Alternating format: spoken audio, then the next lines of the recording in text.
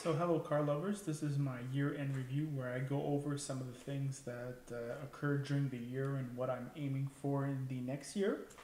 So it's been a year of improvement. As I said last year, I would be trying to improve the quality of the show, and I think that the car business is so saturated that like gimmicks won't do it. You just have to put out the most good looking product ever and don't worry about it, car enthusiasts will find you. So among other things, I bought some new gear. I also took comments from friends, especially my ex-girlfriend.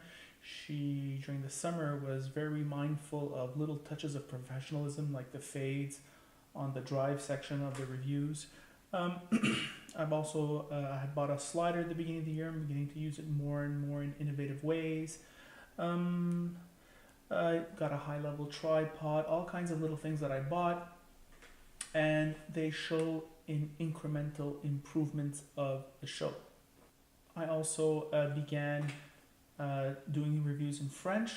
This doesn't concern the Anglophones, but it is significant in the sense that it's the first North American Francophone video outlet which has a high, uh, not high level, but reasonable quality independent Francophone reviews, which is fine. It doesn't get many views because obviously there's like about 3% of the population in North America is Francophone, but nevertheless, it's a little bit of a milestone.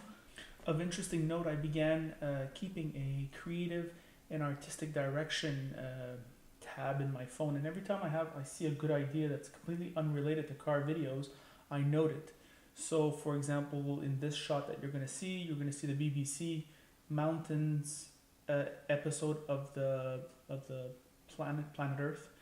I used that for the cars. I also used on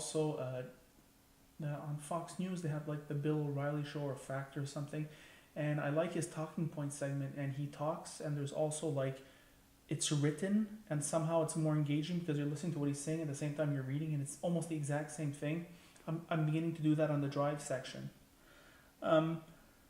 As for YouTube channels that inspire me, well, I'd have to say maybe not inspire, but I find Savage Geese is probably one of the more freshest and innovative YouTube channels. I also find the Evo to be like the top. Like they're just a clinic and super professional presentation, and essentially that's what I am aiming for. A few notes on this money losing enterprise. Just to give you an idea how it works, usually I go over to Ross's house. There's a 20-minute production or less, and I don't choose the time. He chooses the time, and it's not always perfect lighting conditions, and that really counts a lot. And then after that, it'll be a 20-minute to 2-hour drive. That's not really enough usually to get a full impression, which is why I try to incorporate his comments. He's the professional reviewer, and whenever he says something that jives with me, well, I'll repeat it. I usually give him credit when it's a major point, but if it's not, I usually won't. Ross is the reason why this show is working, right? But he also brings other things. For example, sometimes I get a little crazy in my comments, and he tempers me. It doesn't happen very often, but sometimes he'll brief me, and I'll sometimes like it has an effect on me. Sometimes a big one, sometimes a small one, but it does have an effect. Ross tends to be more level-headed than I am. On the French independent channel, for those of you who are interested, the language is mixed. Ross has the classic high-class French, if you want, or the very proper way to speak French. I speak more of a working-class French, and I just find that more interesting to listen to. So I like the combination we have on screen, and those reviews are pretty good. I'm very satisfied with them. Also, another thing is the way I approach doing reviews is I try to watch the least reviews possible on the car I'm about to review, and I try only to stick to the manufacturer's website and maybe Google if I need or Wikipedia if I need a quick fact or two. But generally, I don't want to be biased. I want to get into the car and not be biased by what others have said and the tech. Often the tech there's a lot of tech in cars, and a lot of it is not very useful, or you're going to feel you're having a better ride experience than you actually have. So I try to focus on giving you insights, not sound bites, so to speak.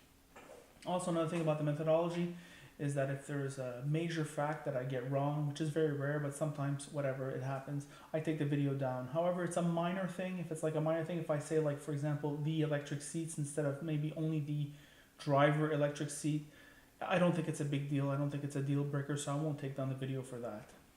For 2017, the objective is to always increase the quality. I'm going to probably go 4K sometime this year. I'm still not sure about that. However, I feel that that's where it's eventually going, and also always the quality, always the quality. Now I am limited because of the time that I can get the car is usually based on Ross's schedule. So as the channel's getting bigger and bigger, I'm probably gonna have access to the press fleet, and there's probably gonna be like 10 to 20 cars a year that I'd like to have them for a week to like really high level premium reviews, because this YouTube channel is also like an artistic outlet for me. So that's about it. And if you have any questions or comments or stuff, I really don't mind. You guys can go and rant and stuff, and I will take your helpful suggestions if I agree with them. And as I said, like, I'm not looking to make this into like a major business there. I just want to have fun. It's a social thing for me too. Like, I get to see Ross once a week and we chit chat about cars and tech and whatever. And I love cars, so it's normal that I do car reviews. So I hope you will enjoy this as much as I enjoy making them. And that's it.